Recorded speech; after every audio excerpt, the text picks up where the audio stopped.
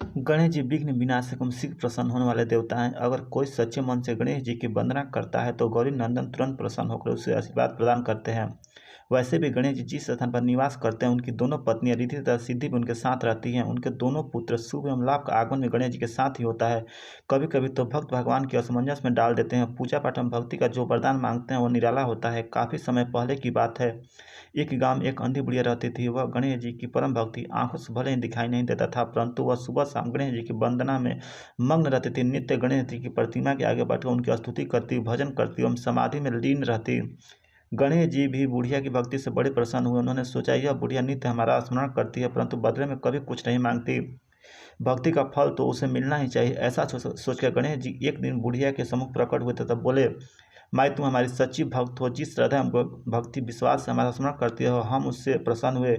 अतः तुम जो वरदान चाहो उससे मांग सकती हो। बुढ़िया बोली, प्रभु मैं तो आपकी भक्ति भाव से करती हूँ, मांगने का तो मैंने कभी सोचा ही नहीं, अतः मुझे कुछ नहीं चाहिए। गणेश जी पुनः बोले, हम वरदान देने के लिए आए हैं। बुढ़िया बोली, हे सर्वेश्वर, मुझे मांगना तो नहीं आता, अगर आप कहे तो मैं कल मांग लूँ। कब तक अपने बेटे बहू से सलाह मशविरा करूँ। गणेश जी कल आने का वादा करके वापस। बुढ़िया का एक पुत्र एवं बहू थे। बुढ़िया ने सारी बातें उन्हें बताकर सलाह मांगी। बेटा बोला, माँ तुम गणेश जी से ढेर सारा पैसा मांग लो, हमारी गरीबी दूर हो जाएगी, सब सुख चैन से रहेंगे। बुढ़िया की बहू बोली, नहीं, आप एक सुंदर पोते का वरदान मांगे, वंश को आगे बढ़ाने वाला भी तो चाहिए। बुढ़िया बेटे और बहू की बातें सुनकर असमंजस में पड़ गई।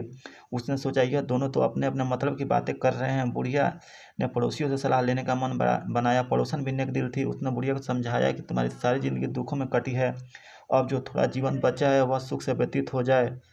धन अथवा पोते का तुम क्या करोगी। अगर तुम्हारी आंखें ही नहीं हैं तो यह सांसारिक वस्तु तुम्हारे लिए व्यर्थ है।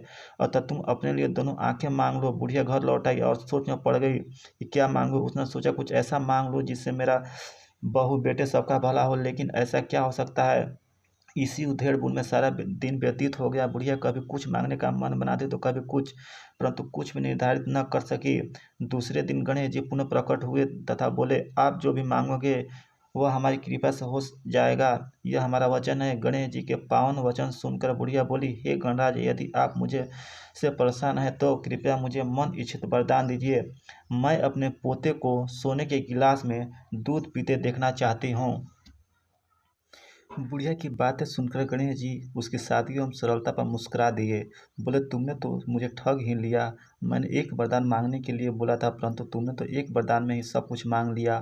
तुमने अपने लिए लंबी उम्र तथा दोनों आंखें मांग ली, बेटे के लिए धन एवं बहू के लिए पोता ही मांग लिया। पोता होगा, ढेर सारा पैसा होगा, तभी तो वह सोने के गिलास में दूध पिएगा। पोते को देखने के लिए तुम जिंदा रहोगी, तभी तो देख पाओगी।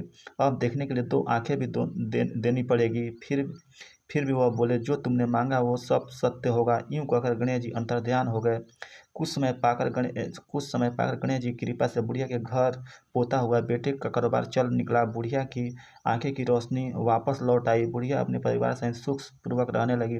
दोस्तों, अगर यह कहानी आपको पसंद आई होगी तो चैनल को दिल से लाइक करें और चैनल को सब्सक्राइब जरूर करें। अगर आप भगवान गणेश जी के भक्त हैं तो चैनल को दिल से सब्सक्राइब करें।